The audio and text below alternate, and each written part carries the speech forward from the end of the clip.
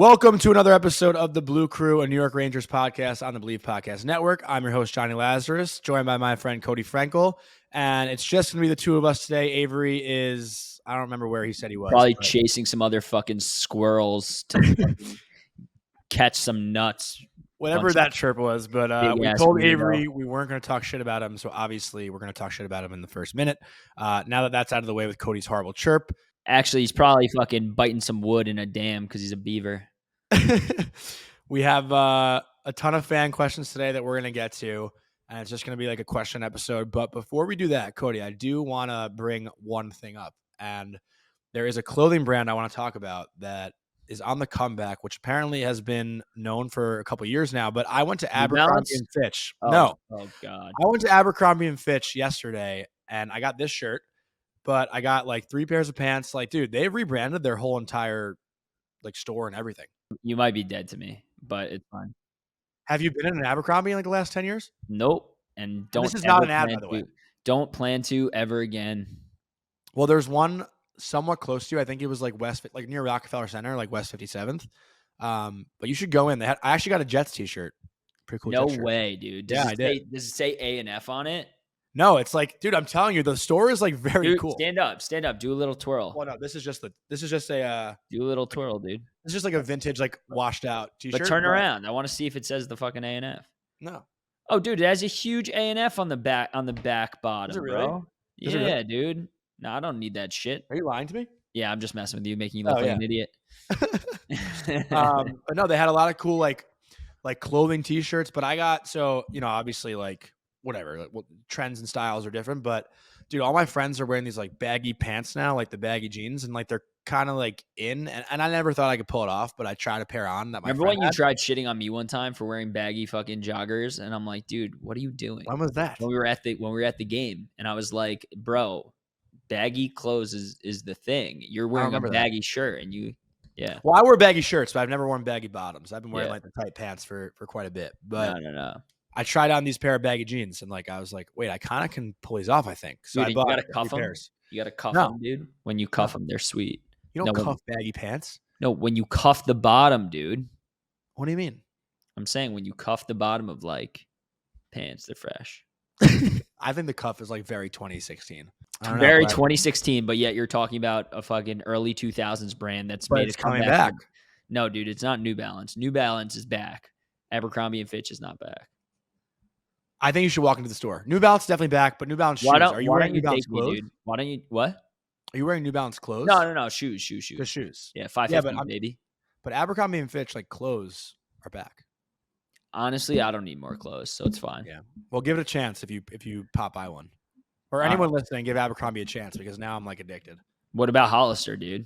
That's their rival. Is Hollister still a thing? Nah. Or American Eagle? But you used to like walk into Abercrombie and like you could smell the cologne, place. Yeah, that's why. It was disgusting. It's not like that anymore though, because they probably realized they were slowly killing people. I'm telling you, we can shut up about Abercrombie because it's whatever. I need you to make a better case for it next time. When I get the clothes, because I have them in my apartment. I'm at my parents' place right now. Okay. But when I have them on me, I'll do like a catwalk for you. Okay. All right. Bet. But anything you want to talk about before we go into the fan questions? Because we have Here's the sick ass AK hat. So fire, dude. Limited edition though. Limited edition, 1 out of 1. Nobody else can have it. Sucks to suck. Can you talk about the inspiration behind it?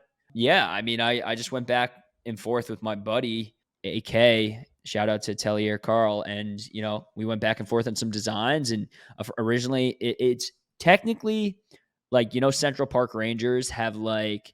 In Central Park, you see the guys on horses and, so that's kind of like a little bit of the inspiration. And then, it's like a little like Western too. I kind of just put a hockey twist on it with the torch, obviously Lady Liberty. And he's wearing an old school, like R sweater. It's sick. And then the side is obviously the Rangers logo. Mm-hmm. He makes honestly incredible hats. Yeah. He made a Chicago Blackhawks one today. It's elite. I see him continuing to like work with a lot of NHLers. It's really cool. Yeah. Yeah. He got Othman. He made Othman a sick hat. Yeah, dude. The hats are unreal. I have the Coyotes one, the Rangers one. I'll probably like maybe ask for my own custom one this year. Will you though? I like the numbers on the side. Like Othman's has the 78. I think that's really cool. Well, that's because that's his number, bro. What are you gonna get? What was your number? I wore 23 in college. I made like a 23 for like Foxy, like a Foxy hat. That'd be kind of Hell yeah, sick. bro. I was 22. Fucking That'd be kind of sick. brothers. 22 in what? Rec league roller hockey. Baseball. You fucking quirf. You're cursing a lot today. It's really offensive. You're getting upset about it? I'm No. sorry, dude. I've been cooped up all week working a 60-hour work week, and Yeah. I just need to vent a little bit. And you're my platform to vent on because you're so punchable. So it's not my Mr. Bachelor Party has to work this week. Dude, you think I want to go on these things every month? No, man. I want to take vacation and like go to a spa, get a massage, chill out, not fucking drink for 72 hours straight. All right. Well, I think we're boring everyone to death right now. So let's just go into the fan questions. But before we do that, I do want to talk about one of our sponsors for this episode, and that is Foreplay. Foreplay is a dating app, but it's more about the social experience. You team up with a friend, you make your own profile, the two of you together, and you start all the banter, all the fun with another group of singles. You create group chats, go on double dates, have all the fun experiences. It's already like mid-August. September is going to be here before we even know it. I mean, I watched the episode of Hard Knocks. How do we not talk about Hard Knocks? And summer is basically over. I mean, football's back. We're starting to see some hockey news. Jets are come going to around. be so sick. Yeah, the Jets are going to be fun. Did you watch episode 1? I watched. You watched something that wasn't hockey. I did. I watched. I actually And you're going to baseball games? Dude, what is happening? Yeah, I don't know. I've been to 2 baseball games this week. I watched the Jets HBO. I got to watch the Johnny Manziel documentary. I heard that. I need to watch that too. Yeah. I need to watch that too. It's crazy. Mm-hmm. I heard that's really good. But back to Foreplay. It's all about creating the banter and creating the experience with another pair of singles. So bring your best game to the date with Foreplay, where you and your single buddies team up, make a shared profile, and go out with other pairs of single friends. And like I said, it's running out of time here for summer in New York. So I actually do want to say, Cody, I don't want to get ahead of myself, but I did possibly meet a girl that could potentially be something, and I'm going on a date this week. How frequent's the texting? It's been like every day, honestly. Dude, that's big for you. Yeah, we met this past weekend in Chicago, and I don't, She lives in Chicago though? No, from there, lives in New York. Oh, okay, that's great. Wait. What? So she was home visiting? Yeah. In Chicago? What's the chance of that? And she lives in the city right now? Yeah. Wow. Kind of wild. And I know I talk about like my dating life on here sometimes. I don't want to dive in too deep, but for the people that are interested in it, yes, I'm excited about it. So where are you taking her for a date? I don't know. You know any good wine bars in like the West Side? Like Upper West? Lower, like Chelsea? I want to do a wine bar. There's plenty. Can you? Yeah, I'll send you some. Okay. All right. But yeah, so that's going to wrap it up for this Foreplay advertisement. And I think we should go into some fan questions. You ready? Yeah. All right. So this first one is from Brandman7694. Who is the biggest X factor this coming season? My opinion is Blake Wheeler. You go first. For me, I'm going to say, I mean, it's been the guys we've been talking about all summer. I think it's Lafreniere and Kakko. I think it really is those two. And obviously Blake Wheeler is, a good choice, right? Like we don't know what to expect from him. He's a guy that's a little bit older, but has a lot of game left in him. But I think all the question marks right now are around Kakko and Lafreniere. Like, they're going into their 4th and 5th full seasons, I think already. Is Kakko in his 5th year already? Kakko's in his 5th year, man. Wow. But we need to see what these kids can bring when they have more of responsibility. So I'm saying those two. I don't mean to take 2, and obviously that kind of, I think, limits your answer a little bit. But do you have anyone else? Believe it or not, it doesn't. I'm going to say kind of a crazy answer, and I'm going to tell you why. I'm going to say Artemi Panarin, because I think he has a major chip on his shoulder coming into this season. There's been a lot of talk about he can't produce in the playoffs. He's a little overpaid. He's not worth his contract at this point in his career, blah, blah, blah. And I would love nothing more for this guy who just shaved his head like a boss to come out and absolutely just dominate this year. Like there's a couple of games, you kind of see him disappear a little bit and things like that. I would love for him to just have an absolute career year, break the 100-point mark, go into the playoffs and just dominate and lead this team. And I think he is one of these sole Rangers who can physically take over a game and can't be stopped when he does take over a game. Mika is another one. Fox can be another one. So I would love to see that from him. And he's going to be my X factor. I think that's so flawed, though, because when you look at the regular season, like there haven't been like many players better in the regular season than Panarin. He's been a Ranger.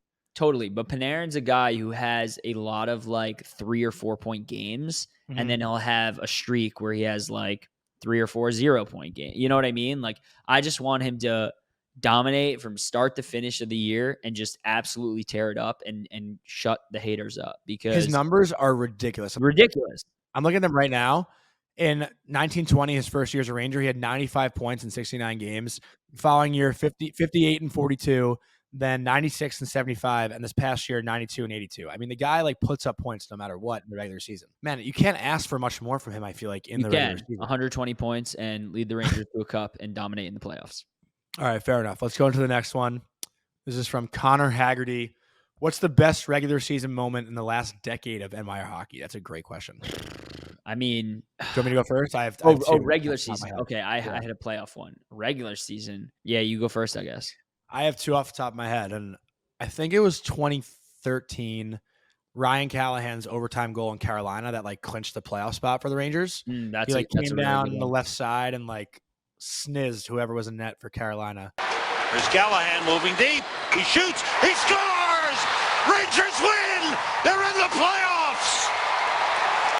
Like high glove crossbar in, like 6 shot to send the Rangers to the playoffs. I remember that like it was yesterday. And then I think like more recent memory, I would say the Mika 5-goal game, like Mika's 5th goal in overtime against Washington, like right before COVID happened. I think that was so sick. Yeah, so I'm gonna have to agree with you on the Callahan one. I think that one's awesome. I also think there were a couple other really good ones, like the Wild were up 3-0 and the Rangers came back and beat them. That was a really good one. And dude, the Oiler game when we were down, I can't remember if we were down 4-0 or 4-1.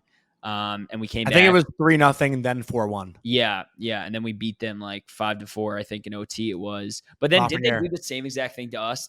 Weren't they winning? Weren't we winning 4-0 and then they beat us? We were winning 3-0 going to the third, and they won. That was the game Draisaitl knocked Trouba's stick out of his hand. Yeah, and McDavid had the OT winner, right? Yeah, that was tough. Or he had the game tying. He had the game winner. McDavid had the game winning goal, and then everyone was Draisaitl. Dude, are you sure? Yeah. No. Are you Googling it? Yeah, because I need to prove you wrong. No, I could swear it was McDavid. No, Draisaitl scored the game-winning goal and then skated by Trouba and knocked the stick out of his hands. That's the whole thing. I think it was 2014, the Stadium Series with the Islanders and Devils? Like, those games were awesome. That was sick. It's quite frankly a little tough to care about the regular season right now. Coming into this year, I think it if anything shows what the Panthers did and, you know, what some other teams did, it doesn't really matter that much about how you start the season. It matters how you finish, and you know, you can get hot and things like that. So like the first 50 games, 60 games are great, but I think it's the last 20 that matters, making sure the team is clicking that post deadline and really in a groove and like getting ready to go into war and, you know, go full on into a streak and hopefully hoist that cup. All right, let's go into the next one since your memory is absolute dog shit. This one's from M.Crank10.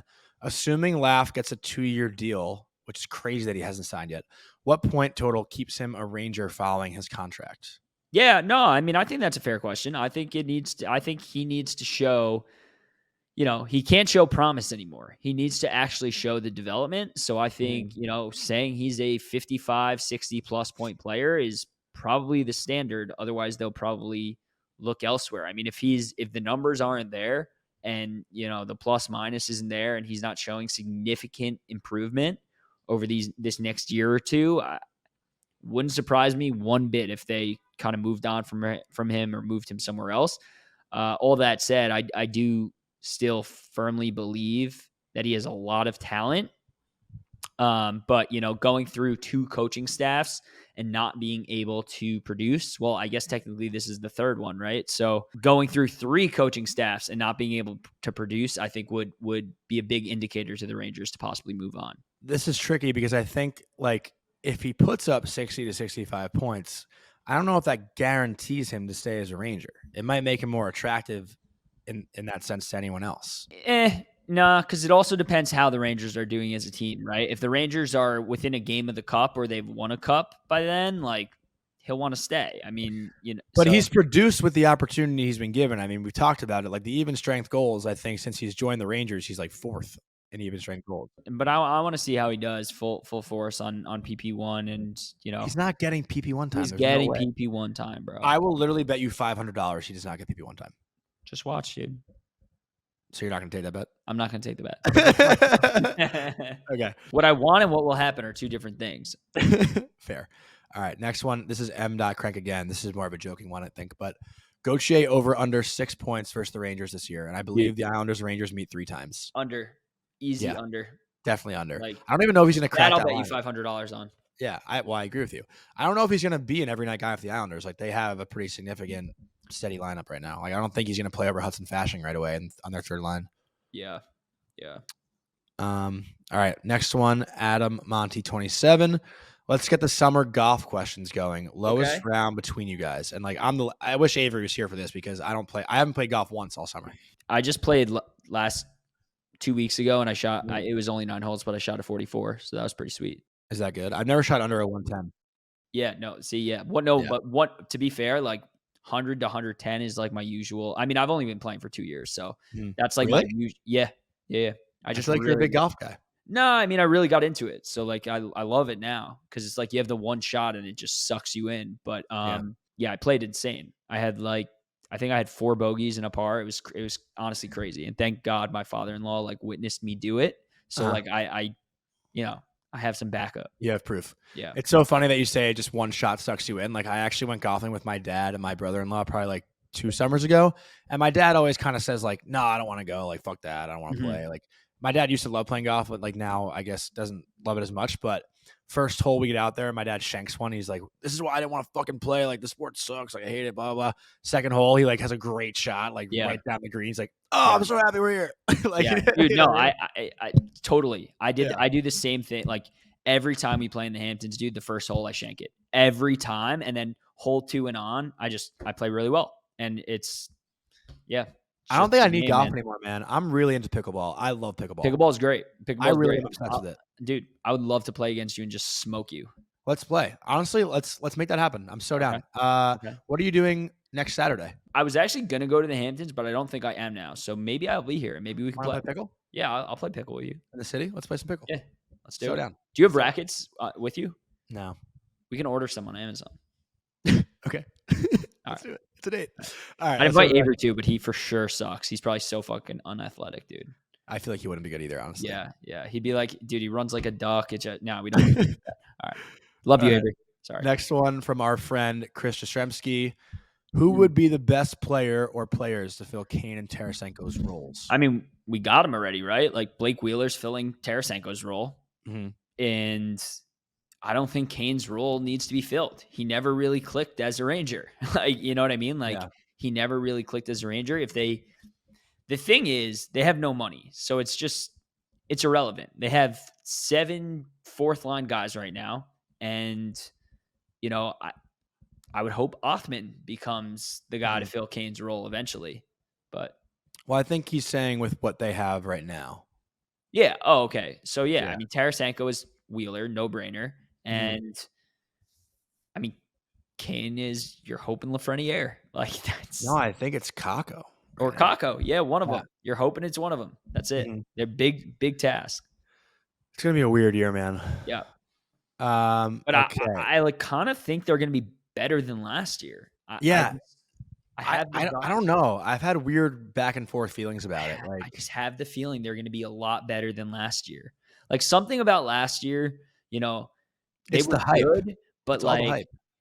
Last year who really like just every time we played them just brought me back to reality. And I was like, okay, we're not winning a cup because they're too good. And even though they didn't do anything, the Bruins, every time we'd play them, they would just like end up smoking us. And even if they beat us 2-1, like it was a dominant 2-1. Yeah. So they really brought me back to reality where I was just like, okay, we need some pieces, blah, blah, blah. But I don't know. I love what they did this offseason. I think Drury did a knock-up job and, they didn't spend that much money and they got a ton of help and they don't need that many stars. Like, you hope that these 2 kids turn into the stars. They got Blake Wheeler, a lot of star power, and then they got some awesome guys like Bonino. So I'm with it.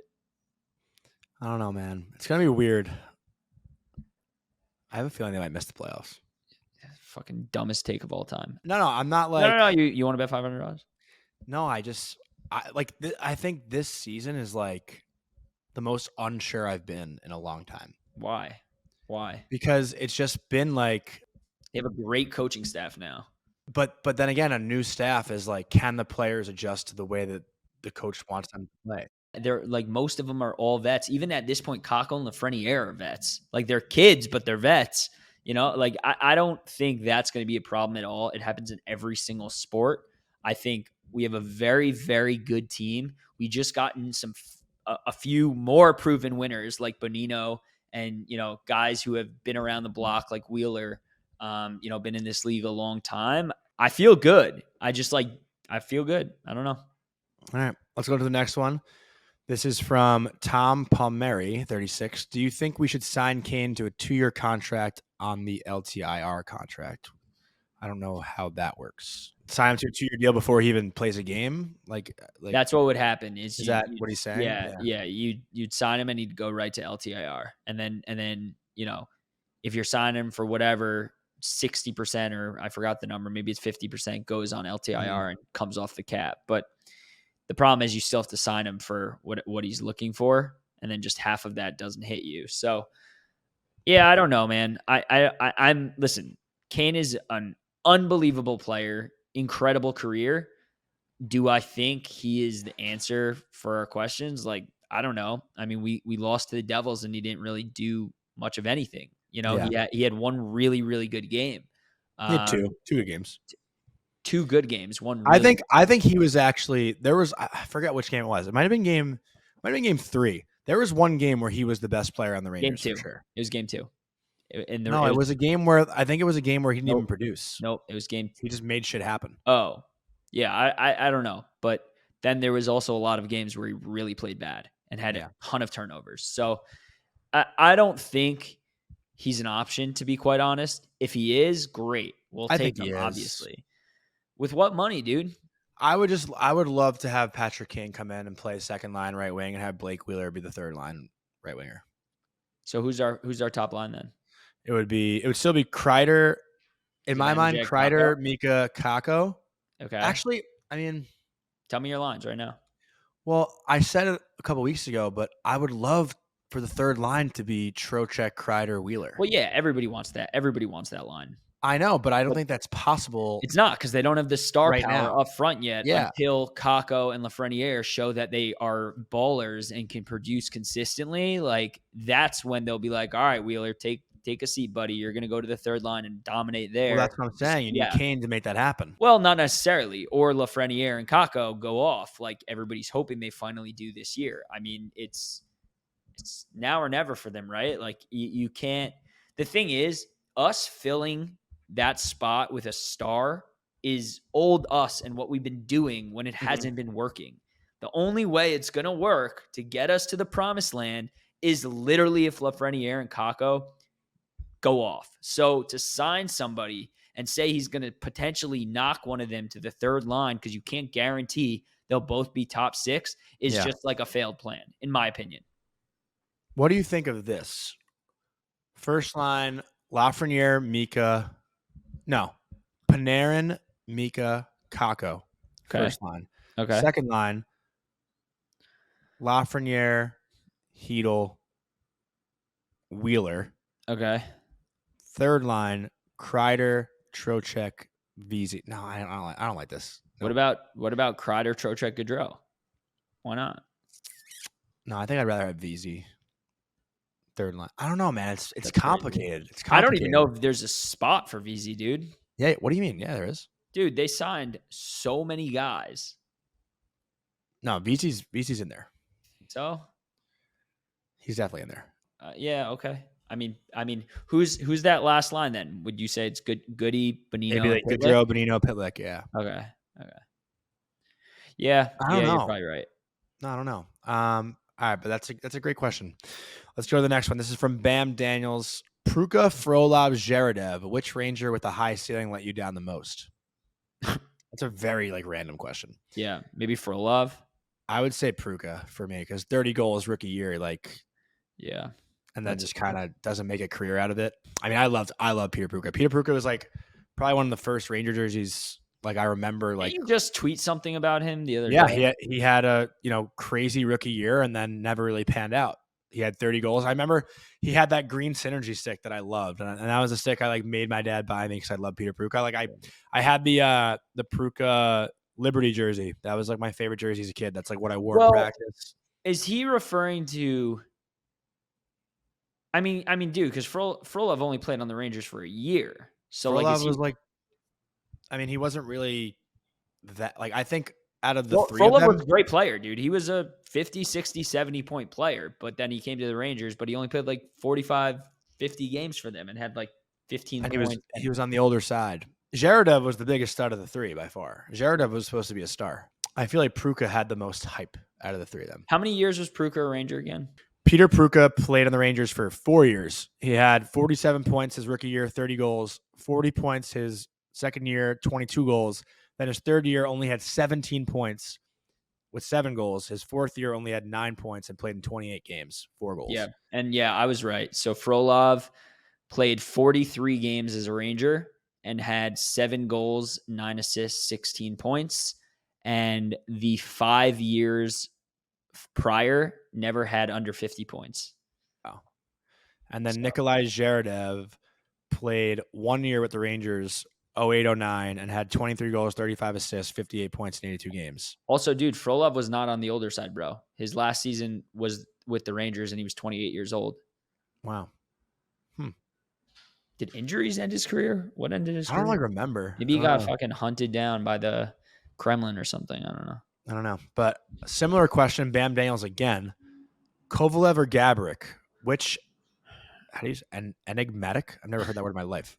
Enigmatic Ranger did you love more? Do you know that word? That's very, very sad, Johnny, but it's okay. Really? Did I say it right? It just means mysterious, enigmatic. Enigmatic? I've never heard that I don't word know before. why I don't know why he's calling Gaborik mysterious, but hey, do you, man? Wow, I feel stupid. I've never heard that word. Yeah. I mean, first and foremost, like you didn't even watch Kovalev. I was as a barely Ranger? alive for Kovalev. Yeah. So, which did we love more? I mean, Gaborik's probably Gabs. Yeah. You know, Covey obviously won the cup, but we were. Well, Kovalev did 2 like separate stints with the Rangers, didn't he? Yeah, Kovalev won the cup with the Rangers. His last year was 98, 99, and then he got traded to Pittsburgh. Then he came back in 02, 03, and then 03, 04. And in those years, didn't really put up much. Like Gaborik, I remember more because it was like later on in my childhood. I was in like middle school and like early high school for the Gaborik days, and he had 2 40-goal seasons in the 4 years. Yeah. So yeah, for me, it's an obvious Gaborik. I feel like Kovalev. It's Gaborik. It's too before our time. We watched this. Yeah, we watched his whole career as a Ranger. So yeah. All right, let's go to the next one. This is from Devil's State of Mind. What is the biggest key to the Rangers bouncing back this season? I think it's being open to the fact that there's going to be a new system, and washing out the old and like taking in the new. I think it's very important to let these new coaches run the system with you, and it's their show now, right? So I think that's really important. And then also, like, I feel like last season there was a lot of times we kind of got in our own way, or we do something stupid, and like it would turn the game on its head a little bit. I think we just need to play smoother hockey. Honestly, play smoother hockey, and then obviously the 2 kids are just they are. We cannot stress enough. They are absolutely crucial to the Rangers' future success. Like the heart. So I guess I'll feed off you, and I'll say consistency. Like that's the first thing that came to my mind. And I think under Gallant, the lines were never consistent. There was always constant shuffling going on. I think the Rangers just need to find, a standard to play to, because, last year I think, they went on they had 2 7-game win streaks. They had a lot of good things happen, but then they also, when things were bad, things were really bad. So, I think for them, it's Igor being consistent. It's Foxy being consistent. It's Panarin being consistent. And it's Mika. I don't know why I'm like hiccuping. And Mika being consistent. I think it all hinges on those 4. And obviously Lafreniere and Kakko have huge roles this year, and we've talked about that a lot. But at the end of the day, it's got to come down to your stars. And you can put Kreider in there too, because Kreider now has been a 30-goal scorer back-to-back years, 52 obviously 2 years ago. But, I think those guys have to be the leaders and be the consistent ones. And that's what they lacked last year, and that's what they had 2 years ago, is that level of consistency and that like magical feeling that they had. Yeah. And I think that all does kind of start in the crease with Igor. I think Igor kind of, gave this team a different belief in 21-22 that his inconsistency last year didn't really go through the lineup, or went through the lineup, I guess, in a negative way. So if Igor can find that again, I think that'll go through the room. So I would say consistency is the biggest thing, starting from the top down. Next one from Bobby Christ 1. Rank in order: Miller, Kako, Heedle, Laugh. Most to least likely to be an all-star this year. First of all, I don't think any of them have a shot at being an all-star this year. Let's make that clear. But I guess if we're going in order, I would say, and do you mind if I go first here? Go for it, bro. I would say, just because I don't think Keandre is going to get the ice time in like enough time to be an all-star. I think he's going to quarterback PP2. I have a strong feeling that he will, but I don't know if that's enough to get him an all-star look. And this is obviously hypothetical, so I don't think any of these guys are going to be all-stars, but I would say Kako first, because I think he'll get the most ice time out of all four of them. Okay. I'd say Heedle second. I'd say Miller third, Laugh fourth, honestly. Okay. I'm saying Miller first. Mm-hmm. I'm going to go with Laugh second. Okay. I think Why? he has because I think he's going to have a huge year. Mm-hmm. That's why. Kako third and Heedle fourth. I think Heedle's going to regress. Okay. Interesting. I think Heedle, not that he's going to regress, I think he's going to be very much sturdy within the 40 to 50 point range, similar play. I think Kako elevates a little bit. I'm hoping he'll maybe break that 50 point mark. I think that'd be awesome. Same with Lafreniere. I think, I'm hoping he'll break that 50 point mark too, but have more goals. Just like I told my boy G, I think he's going to have 25 plus goals this year. Give me a little 25 goal, 25 assist season. And I think Miller is going to significantly build on his 43-point season. He played really well last year, and I think he played really well last year, and I think people still said he didn't play as well as he should. So I think this is a year where he's going to play as well as he should, and I think the potential is a little limitless there. All right. I like it. Next question. We got three more. This is from Sammy Hockey 36. Start, bench, cut, rookie edition. Connor Bedard, Adam Fantilli, Leo Carlson. Start Bedard, no brainer. I am going to bench Carlson and cut Fantilli. You're cutting Fantilli? Yep. Wow. Why? Because I think Carlson is going to be sick. And I think, they're all going to be good players. Obviously, Bedard's going to be amazing. But I think Carlson is a very, very sneaky, Calder candidate. It's funny you say that, because I think I'm actually going to take Fantilli to win the Calder. That's fine. I think Fantilli and I think we talked about it a little bit with Greg. You're such a Ducks guy, bro. What? You are a Ducks guy. I forgot about that. But Adam Fantilli, dude, he just has this different kind of swagger about him. Like, he's a very confident kid. He's NHL ready. He has the body. Like, just won the Hobie Baker. He's shown he can play with men.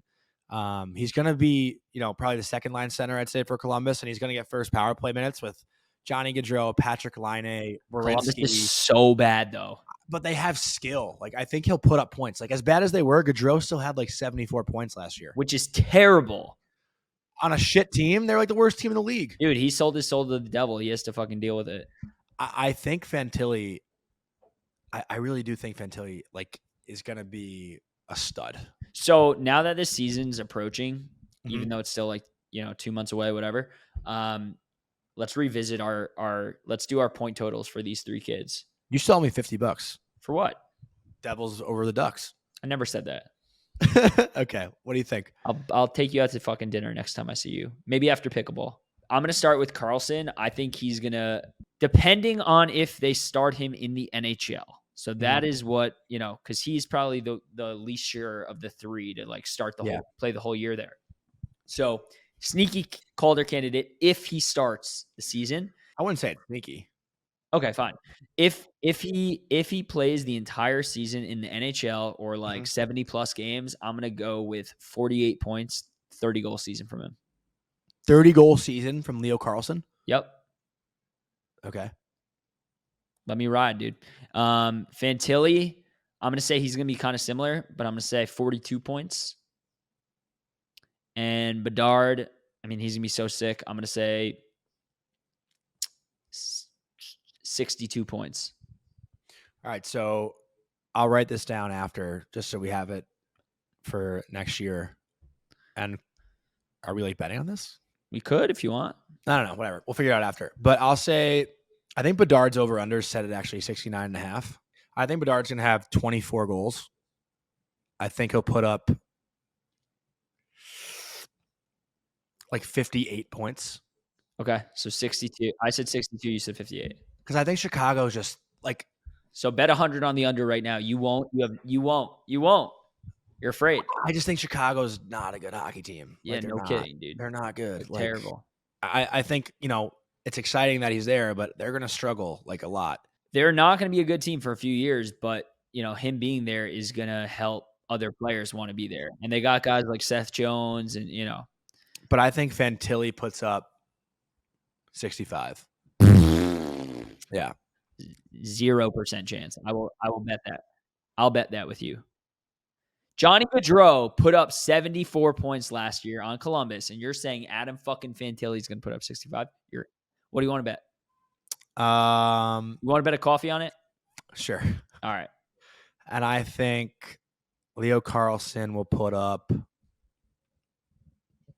45 to 50. Okay, so that's what I said. So we're in alignment except for Fantilli. Yeah. That's it. Yeah. I said 42, you said 65. Yeah. Okay. I mean, that's a huge difference. Huge difference. All right, let's go to the next one. And this is a good one from Matthew Mugno, my partner at the Hockey News. Do you think Othman could be a dark horse for the opening night roster? I don't think so at all. Unfortunately, no. Yeah, I think they want to see him play a little bit in the AHL. They're not. Here's the thing now with the staff. They're not going to rush these prospects. Correct. But what I can see, because it would not surprise me at all if like VC or Gaudreau kind of suck for us, or someone there and they call him up for 30 plus games. If he's, it totally depends how he's playing down there. But if he's hot, like expect him to be called up. Him and Cooley are the number 1 and 2 choices. I wouldn't be surprised if I saw Cooley over him first. But if he's tearing it up, I mean, how long can you keep a guy down, right? No. So when he wants to rise. I would just say there's probably like a 99% chance he doesn't make the opening night roster. Agreed. I'll say 98.7 to be difficult. Okay. And then this is the last one from Real PJs. Who takes the biggest leap this year compared to last year? That's a great question. Lafreniere. If he had 39 points and I'm my point prediction for him this year is 55 points. 25 goals, 30 assists. 25. That's not a stretch. That's not a stretch. That's a good number. I think for me it's Kakko. I think Kakko puts up at least 60. And he had 40 last year. Yep. Yeah. I mean, that would be incredible. Yeah. I'm saying Kakko. So we're kind of on the same page there. Like those are the two that have to take the leap, right? So it's kind of like, I don't want to say it's an obvious answer, but I'd be very, very surprised if. Imagine Hedl just puts up 80 points. I would bet a lot of money that Kakko definitely puts up 50.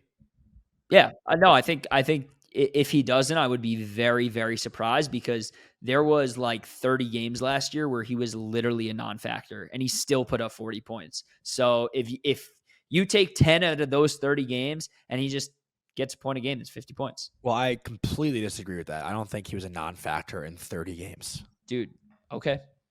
Maybe not 30. He was for sure a non-factor in a good chunk of games last year. He played well, but dude, come on. I think Kaapo Kakko was arguably like the best forward all year long. Like if you just do eye tests, if stats aren't a thing, like he was noticeable, I thought, in almost every game. Nope. Okay. Good argument. But that's going to do it for the fan questions. We're going to try to have a guest. Get his jersey then, bro. I'm not buying a jersey. Coward. I'm not buying a jersey. Yo, we should that's going to do it. What? No, it's not going to do it yet. We should go. We should try and go to the outdoor game. Dude, I'm going to be at every game this year. No. You don't understand. I'm saying we should try and go. Like me and you. I'm going to be at every game. No. Dude. You're not understanding. Like we should buy tickets and go. Okay, man. All right. We'll see you next week. LFGR, baby.